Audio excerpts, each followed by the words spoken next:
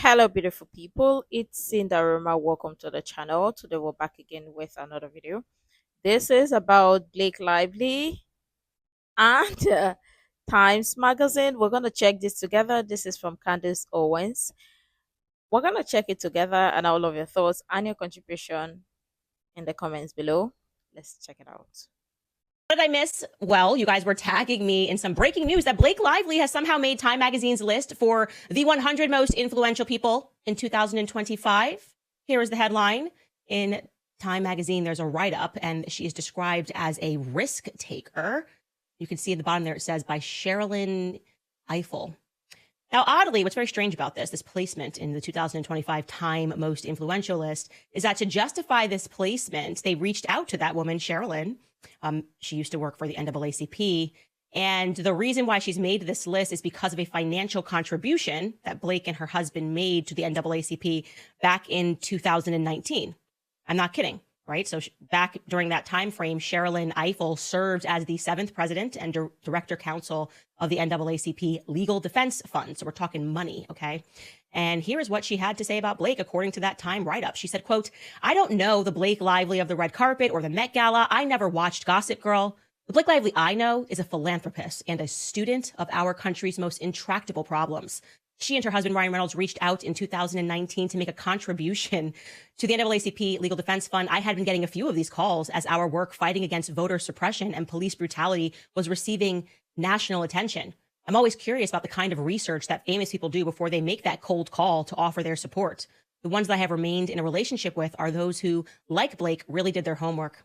I admired immediately her curiosity and her sincere work to understand the conditions that shape this country. I remember an early conversation in which she expressed frustration that so much of our nation's history was not a part of the instruction that she had received as a student. Her commitment to filling those gaps and becoming the most fully informed and prepared citizen is what I appreciate most about her.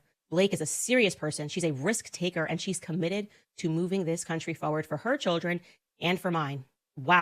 Risk taker.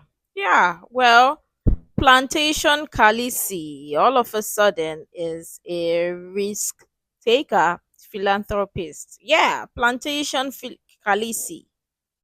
That is a glowing review about Blake Lively. Cannot deny what she is saying. It's powerful. I feel empowered by it. Blake felt empowered by it. She replied. She said this openly on her Instagram. She's so shocked by this placement. She has revealed this lovely picture of herself in the Time magazine. And she writes, "It's an honor to be acknowledged on the Time 100 list for 2025. To be written about by the great Sherilyn Eiffel is not something I take lightly. Her work has shaped our nation, who she is as a human woman, mother, leader, fighter, healer, empath, risk taker, and dream maker. Everyone's a risk taker.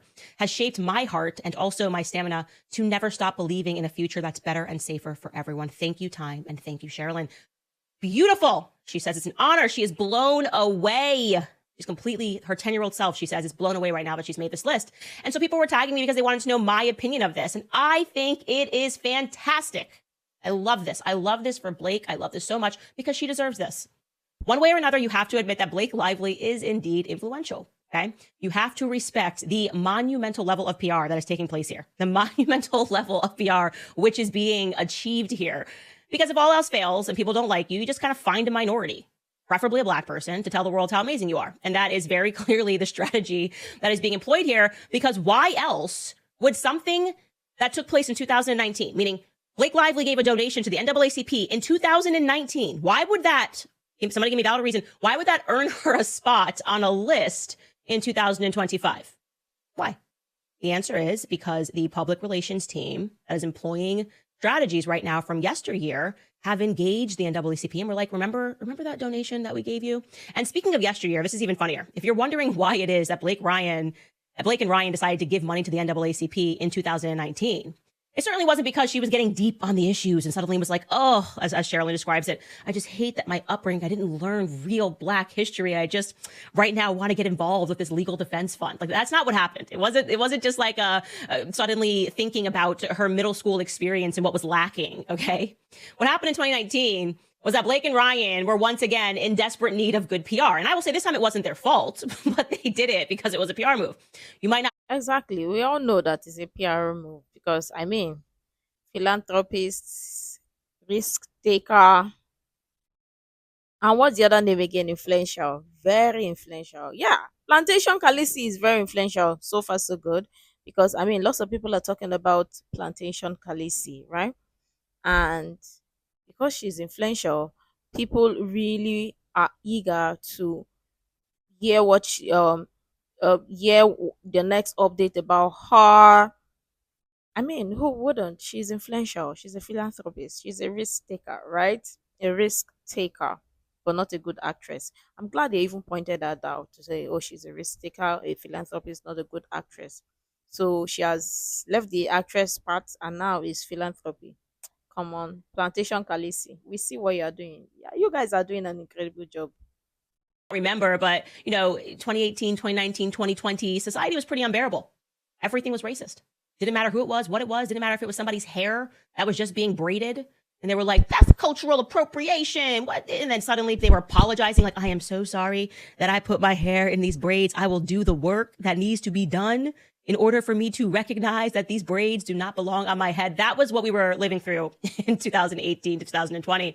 And you had to constantly offer these non-apologies. It was just not, it was a fun time, I would imagine, to be white.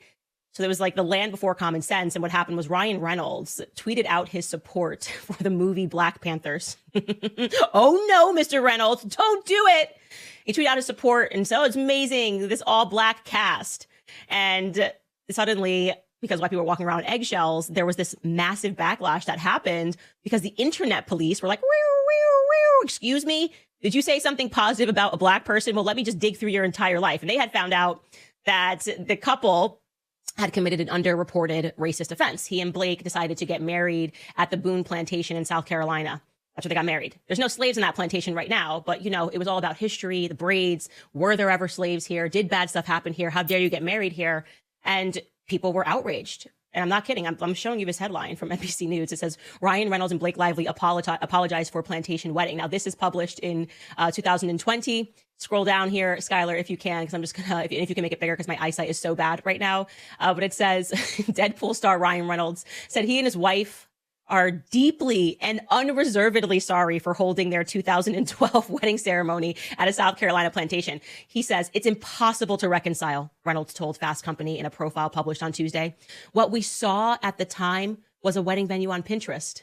What we saw after was a place built upon devastating tragedy. And so they were in this little, they needed good PR. So what happened was they decided, it says the move was criticized at the time, he came under renewed scrutiny in 2018 after Reynolds tweeted his support of Black Panther, the first superhero movie to feature a majority black cast, and he was accused of hypocrisy. So they were like, oh my gosh, we're being called racist. What do we do? Well, we're rich. We're fabulously rich. We have money. And so they contacted the NAACP and wrote them a big check. Okay, that's what happened. That's the whole story. Everybody needed a black friend to make it through 2018. And so Blake and Ryan paid for some. And now they're seeing how far that investment has taken them. They're wondering if it has yielded them some profits, some PR profit 5 years later. And they hit, so they're hitting up Cheryl and we're like, look, we are in trouble again. It worked last time. Could you just say some nice stuff? Say some nice stuff about us because you have higher social currency than we do because you work for the NAACP. And they were like, yeah, sure. So yeah, I don't have an issue with this because it's a very obvious PR move, and that's exactly what they're doing. And we'll see if it works with the public. And I want to say beyond that, in terms of her actions in 2025, I think she's influential. I think the Justin Baldoni case is incredibly influential. It's bad influential for her, good influential for society, allowing people to actually see how Hollywood operates. She's influencing the left and the right to come together and to demand justice for Justin Baldoni. I think that's wonderful. I think she's a net positive in 2025. If she wants to tweet pretty pictures of her in a magazine, I am with it. What did I Well, talk about influential, right? She actually did not expect it to go this way. So more than likely, I'm not gonna dash her or to say, oh, she's influential. It is not her calling because actually who opened our eyes to everything that happens or that is going on in Hollywood is Justin Baldoni, because if not for him with the receipts and all that, we wouldn't have known. And it's also an eye opener for people to always keep your receipts. Don't delete text message exchange because it's gonna help you one day. And you see the timeline, the way they share their timeline and all that, all to Baldoni. if Plantation Kalisi cannot take that influential influence where influence where we should stop it. But we know it's all PR move, and so far so good. Is working perfectly for her. Right, right. So Plantation Kalisi, we see it. Philanthropist, risk taker, not a good actress. They omit or they forgot that part. Anyway, an influential. She's influential, but she's not a good actress. So she's now an influencer. Very, very well. Let me know what your thoughts are in the comments below. Make sure to like, comment, share, subscribe, and all that stuff. And until next time, see you in the next video.